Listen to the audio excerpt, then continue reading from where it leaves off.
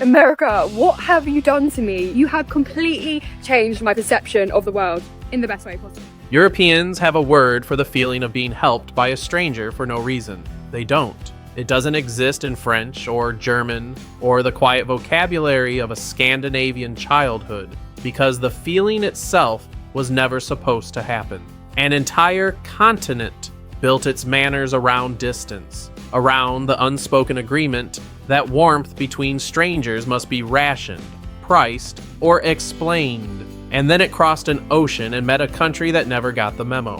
What follows isn't culture shock in the usual sense, the kind that fades after a week of unfamiliar food and different traffic laws. It settles deeper than that. It sits in the space where a person's oldest assumptions about human nature used to live, and it doesn't leave quietly.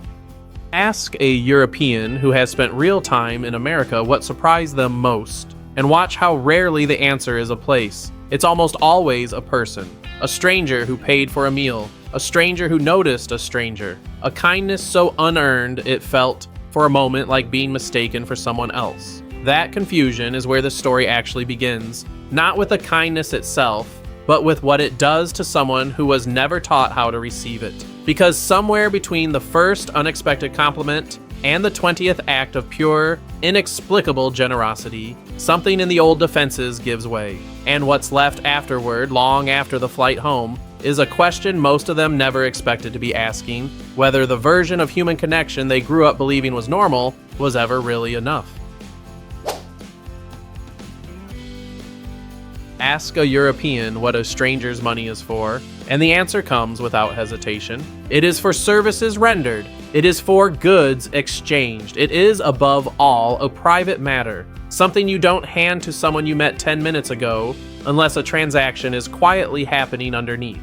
So when an American presses a $100 bill through a car window and tells a stranded traveler to go get a hotel for the night, the first instinct isn't gratitude, it's suspicion, followed by the slower, stranger realization that no favor is being called in at all. It rarely happens just once. A family in Texas hands a passing traveler a homemade chocolate cake with a small figurine tucked inside, along with the words, "God bless you," expecting nothing back. A couple's tow truck bill gets quietly covered by someone who saw their trouble on social media and simply couldn't sit with the thought of a stranger's trip being ruined. A daughter meets a family friend once, years apart, and is handed an envelope with exactly enough inside for a bicycle. None of these gestures come with the invisible ledger that Europeans are raised to expect the moment money moves between two people who are, by any reasonable definition, still strangers. What makes it disorienting isn't the generosity itself. Europe has its own charity, its own traditions of giving. What breaks the old logic is the size of it, and the speed, arriving with no lead-up and no explanation, handed over by someone who will likely never see the receiver again. There is no slow build of trust here, no years of friendship earning the right to that kind of gesture. The money moves first. The relationship, if there is one at all, comes after, almost as an afterthought. For a traveler raised on the principle that nothing is given without something expected in return, this is the moment the ground shifts. Not because the amount is large, though sometimes it is, but because the gesture refuses to make sense within any framework they've been handed. It isn't a loan, it isn't a bribe, it isn't even, strictly speaking, a favor, because a favor implies some future it's owed against. It is simply money moving toward a stranger because a stranger needed it, offered by someone who seems to feel, quite genuinely, that they gained something in the giving. And once that logic lands, once a person has actually held a $100 bill they did nothing to earn and nothing to repay, the old European instinct, the one that treats unconditional generosity as a red flag, starts to look less like wisdom and more like a wall they built without noticing, brick by brick, somewhere along the way.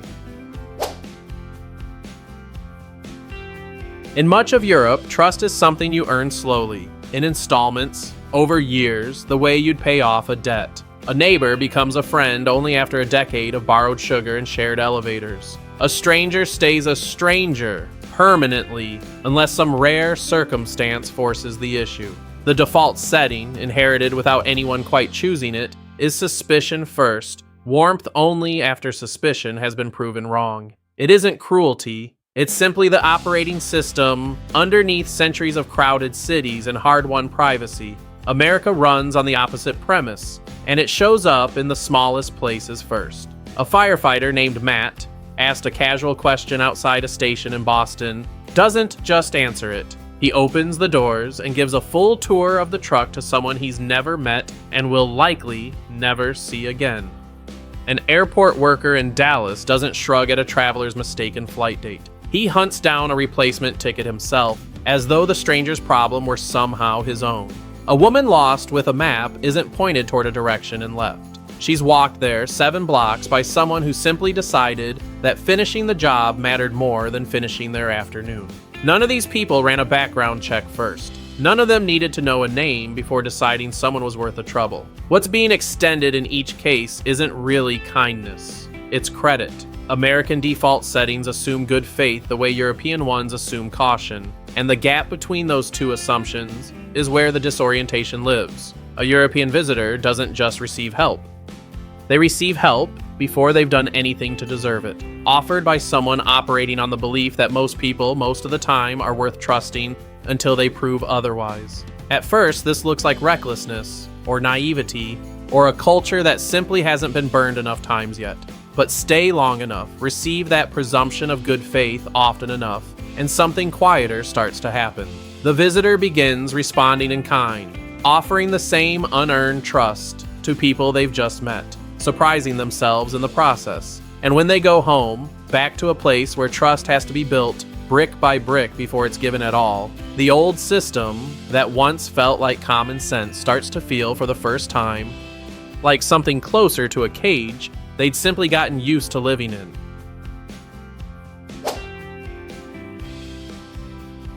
In much of Europe, a shared meal comes with an invisible ledger that everyone at the table can read without looking. 3 drinks for him, 2 for her, the appetizers split down the middle because splitting is fair and fair is what civilized people do. Even close friends will hover over a check with something close to arithmetic precision, and the idea of paying for a stranger's dinner doesn't just seem generous. It seems faintly suspicious, the kind of gesture that belongs in a con or a courtship, not in an ordinary Tuesday evening out. So when a European traveler sits down at a bar or a diner in America and the bill simply never arrives, the confusion is almost physical. A waiter explains, smiling, that someone at the next table already covered it.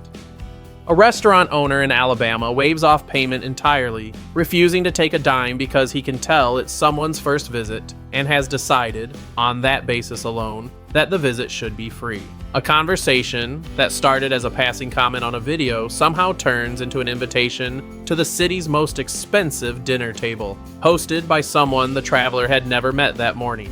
There's no ledger being kept anywhere in these transactions. No one is quietly calculating who owes whom because the entire premise of owing has been removed from the room. What makes this land so hard isn't the money saved, though the money is real and the surprise is real too. It's the collapse of a rule that had never been questioned before. The rule that says every kindness carries a price somewhere, even if that price is deferred. Even if it's just the unspoken expectation of being thanked properly or remembered fondly. European hospitality tends to run on reciprocity, an exchange stretched out over time, but still underneath an exchange. What happens at that American table isn't an exchange at all. It's a gift that expects nothing returned, not gratitude performed a certain way, not a favor banked for later, nothing. There's a particular kind of guilt that surfaces in the moment right after realizing the bill is gone. It isn't relief, it's almost embarrassment. The instinct to protest, to insist on paying anyway, to restore the balance that feels violated by its absence.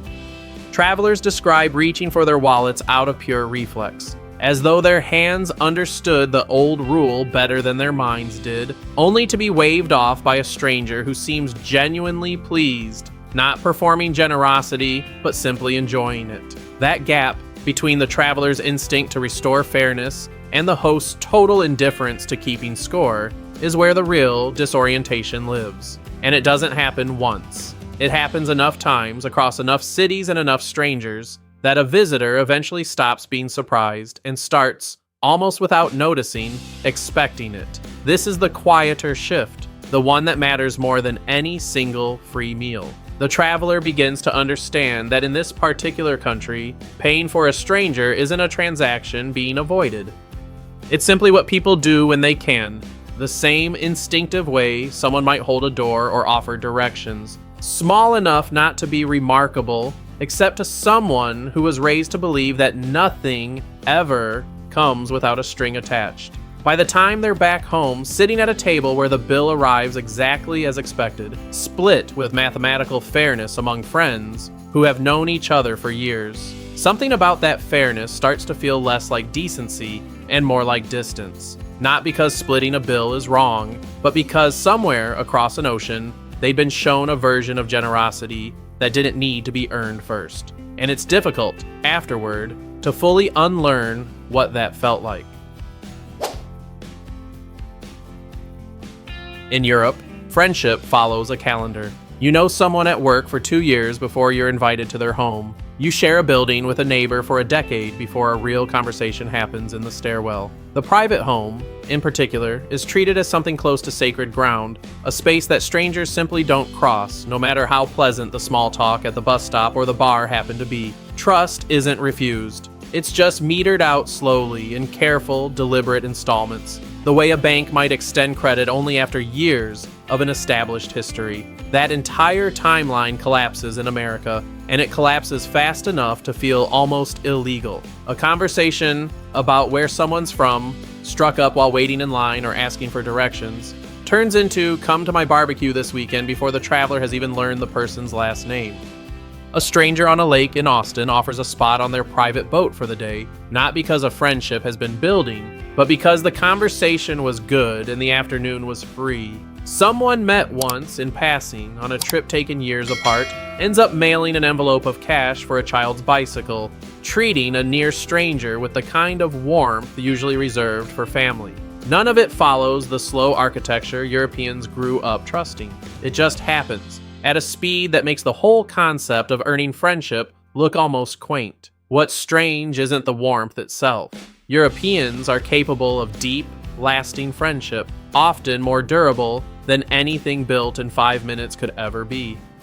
What's strange is the complete disappearance of the waiting period, the vetting process, the slow accumulation of small proofs that usually precedes an invitation into someone's home or someone's weekend. Americans seem to operate as though friendship doesn't need to be proven in advance. It can simply be extended on credit, the same way trust gets extended before there's any real evidence it's deserved. And if it turns out to be misplaced, that's a cost they seem willing enough to absorb. There's a particular kind of vertigo that comes from being on the receiving end of this. A European father, watching his daughter be folded into a family's weekend plans after a single afternoon of conversation, ends up making a promise he never expected to make, that any American who ever visits his country will always have a place in his home. It isn't really about hospitality being repaid. It's about a father recognizing, maybe for the first time, that the version of trust he'd built his own life around had been slower and more guarded than it strictly needed to be. The traveler doesn't process this all at once. It arrives in pieces, an invitation here, an unearned kindness there, until the pattern becomes impossible to ignore. Strangers keep becoming, functionally, friends in a fraction of the time it's supposed to take, and the friendships don't seem to suffer for the shortcut. If anything, they seem to deepen faster, unburdened by all the cautious circling that usually precedes real closeness back home. By the time the trip ends, something has quietly recalibrated. The old rule that friendship has to be earned in slow, careful stages before it means anything starts to feel less like wisdom and more like a habit nobody had ever bothered to question. And the memory that lingers longest isn't the barbecue or the boat or the money in the envelope. It's the unsettling realization that trust, offered freely and immediately, felt more real, not less, than trust that took years to arrive. In many parts of Europe, there is an unspoken dress code for existing in public, one nobody ever writes down, but everyone somehow learns. There's a right way to look put together, a right amount of makeup to wear leaving the house, a right silhouette to fit into before stepping onto a train or into a restaurant. It isn't law, it's something quieter and harder to name, a low hum of judgment that follows anyone who steps outside the mold. whether that mold concerns weight, height, clothing, or simply how a person chooses to carry themselves that day. So when a European traveler steps into America and realizes, gradually, that the hum has stopped, the effect is almost disorienting in its relief. A Japanese woman finds she can walk out the door without makeup and without a second thought, something she'd never once done at home. A father watches his unusually tall daughter move through American spaces without the double takes and quiet comments that had followed her everywhere else, and something in him softens that he didn't know was tense. A traveler in a traditional Scottish kilt walks down an American street and draws nothing but friendly curiosity, no stares heavy enough to make him regret the choice. What's happening underneath all of this isn't really about clothing or appearance at all. It's the same principle that's been building through every fact before this one, just arriving at its final, most personal form. If a culture is willing to hand a stranger $100 without asking questions, willing to trust someone enough to invite them home after 5 minutes of conversation, willing to cover a stranger's dinner bill without expecting anything back, then it makes sense that the same culture wouldn't spend much energy scrutinizing what that stranger happens to be wearing. Trust, once it becomes a habit large enough to survive strangers and money and unearned friendship, eventually stops policing appearance too. There isn't much suspicion left over to spend on judging a haircut. This is the quiet, cumulative payoff of everything a traveler has absorbed by this point in the trip. The generosity, the misplaced trust, the friendships assembled in an afternoon, all of it adds up to something simpler than any single act of kindness could suggest on its own. It adds up to permission. Permission to exist without constant self-editing, without the low-grade vigilance that comes from being watched and measured everywhere else. For someone who has spent a lifetime adjusting themselves slightly for the comfort of onlookers, the sheer absence of that pressure can feel less like a minor convenience and more like remembering how to breathe. America is not, by any honest account, free of judgment, free of division, free of its own harsh corners. The travelers who feel this shift aren't claiming otherwise. What they're describing is something narrower and more specific, a particular kind of freedom that exists in the space between strangers, the freedom to be looked at and simply not measured. It doesn't erase the country's flaws. It exists alongside them, stubbornly, in diners and sidewalks and gas station lines, in all the small, unremarkable places where nobody has the energy left to be suspicious of a stranger's kilt or a stranger's bare face. And that, in the end, may be the hardest part of the whole trip to leave behind. Not the money, not the barbecues, not even the friendships formed in minutes instead of years. It's the memory of what it felt like to walk through the world for a few short weeks without bracing for judgment that never came, and the quiet, unanswerable question of whether that feeling was ever supposed to be so rare in the first place. By the end of it, most travelers can't point to a single moment that changed everything. It wasn't the $100 bill, or the firefighter's tour, or the dinner bill that disappeared before anyone noticed. It was all of it, arriving in small, unremarkable doses, until something that had felt like common sense for an entire lifetime quietly stopped holding up. Trust, it turns out, didn't need years of careful vetting to mean something. It could be given first, immediately, to a stranger who had done nothing yet to earn it, and somehow that version felt more real, not less. What lingers longest isn't gratitude exactly, though there's plenty of that too. It's something closer to grief. The specific kind that comes from realizing a way of living you never questioned may have been colder than it needed to be. A European who has felt this doesn't come home converted, or certain that one country has it right and another has it wrong. They come home simply changed in a smaller, harder to name way, carrying a version of trust they didn't grow up with and don't quite know what to do with in a place where the old rules are still very much in place. Maybe that's the real story underneath all of this. Not that America is kind, though it often is, and not that Europe is cold, though it often chooses to be. It's that somewhere along the way, most people forgot they had a choice in the matter at all, that the amount of suspicion a person carries into an ordinary day was never fixed, never inherited law, just a habit picked up so early and practiced so long that it started to look like human nature itself. So the question worth sitting with isn't really about borders or flights, or which side of an ocean treats strangers better. It's smaller than that and harder to answer from a distance. If a stranger extended you that kind of trust tomorrow, no ledger, no waiting period, no proof required first, would you know how to receive it? Or would some old, careful part of you reach for the explanation, the catch, the reason it couldn't possibly be free?